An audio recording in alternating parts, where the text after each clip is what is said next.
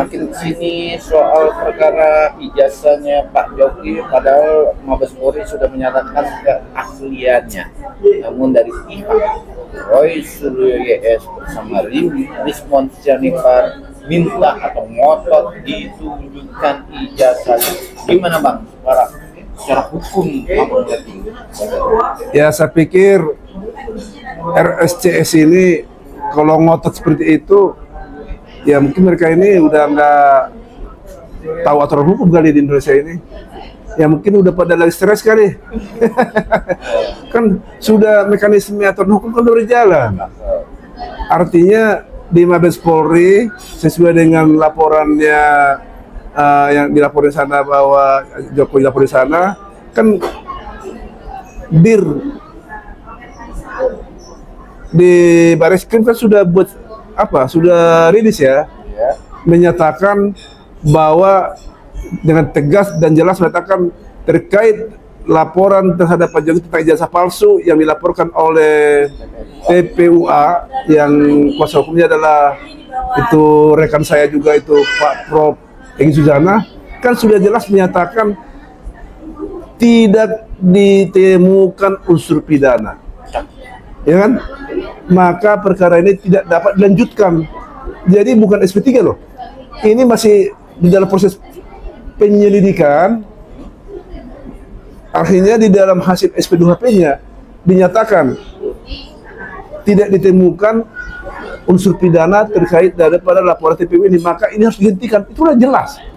Dan ini kan suatu institusi Mabes Polri loh. Dan mereka ini udah sangat profesional melakukan suatu proses penyelidikan itu.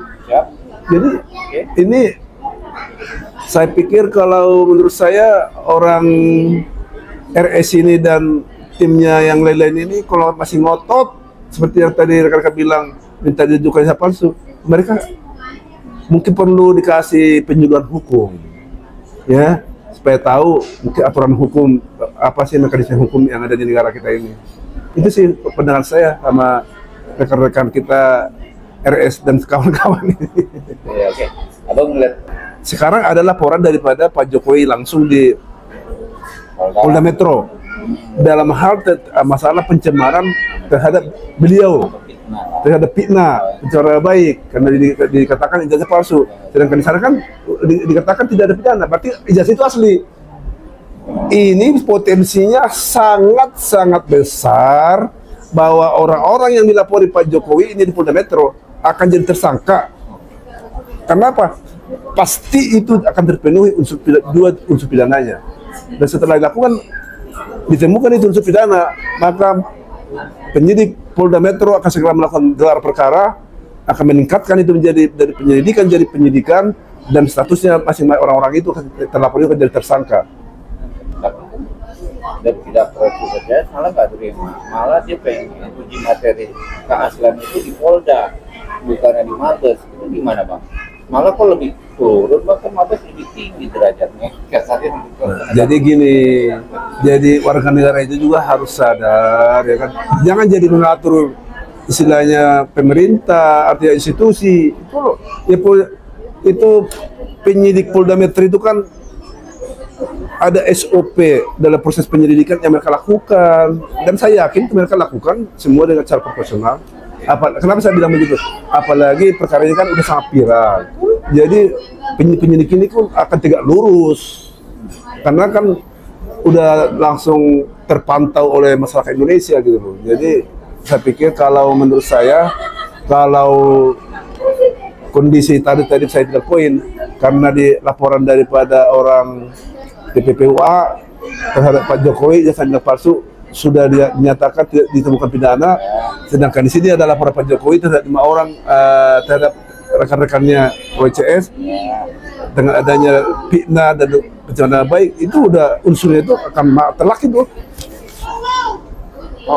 Telak itu ini terpenuhi unsur 2 alat bukti minimal itu. Dan kalau terpenuhi 2 unsur alat bukti terhadap pencemaran baik, udah IT otomatis akan naik dari penyidikan gelar perkara naik tersangka udah tersangka, ya otomatis udah berkas sudah terpenuhi, masuk di Ini penyidik Polda Metro Jaya segera akan mengirimkan berkas ini P18 ke Kejaksaan Tinggi. Kejaksaan Tinggi akan setelah meneliti, mencermati perkara ini, kalau dilihat udah terpenuhi unsurnya, ya langsung diterima P21, tahap 1. Tahap 2 terima orangnya, orang-orang tersangka itu harus disertakan, dan mereka segera buka dakwaan dan langsung sidang. Dan kemungkinan besar hakim pun memutusinnya terbukti. Kemungkinan besar. Oke kawan-kawan, selamat datang dan selamat kembali lagi di channel Mata Netizen kita. Di sini tadi kita melihat ada salah satu pengacara yang bernama Rihat Utabara menjelaskan tentang bagaimana pendapatnya prosedur hukum yang lagi viral sekarang, yaitu mengenai ijazah palsu Jokowi, atau ada seseorang yang bernama Roy Suryo dan orang Rismon dan dokter tetap mempermasalahkan ijazah Bapak Jokowi, bahwasannya mengatakan yaitu Bapak Jokowi memiliki ijazah palsu semenjak dia kuliah di UGM atau Universitas Gadjah Mada, dan Bapak Jokowi juga sudah menjelaskan kepada kita bahwasannya ijazahnya asli dan banyak bukti-bukti kuat mengatakan bahwa dia pernah kuliah di Universitas Gadjah Mada.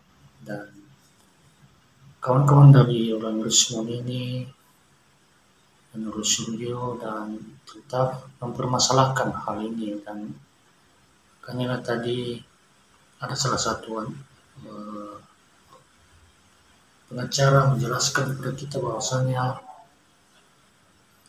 masalah ini udah clear dan hati-hati saja untuk tim Rismon dan Suryo akan menjadi tersangka dikarenakan pertama, satu, mereka mencemarkan nama baik, ya makanya agak kena, dan disitu kena undang-undang ITE dan juga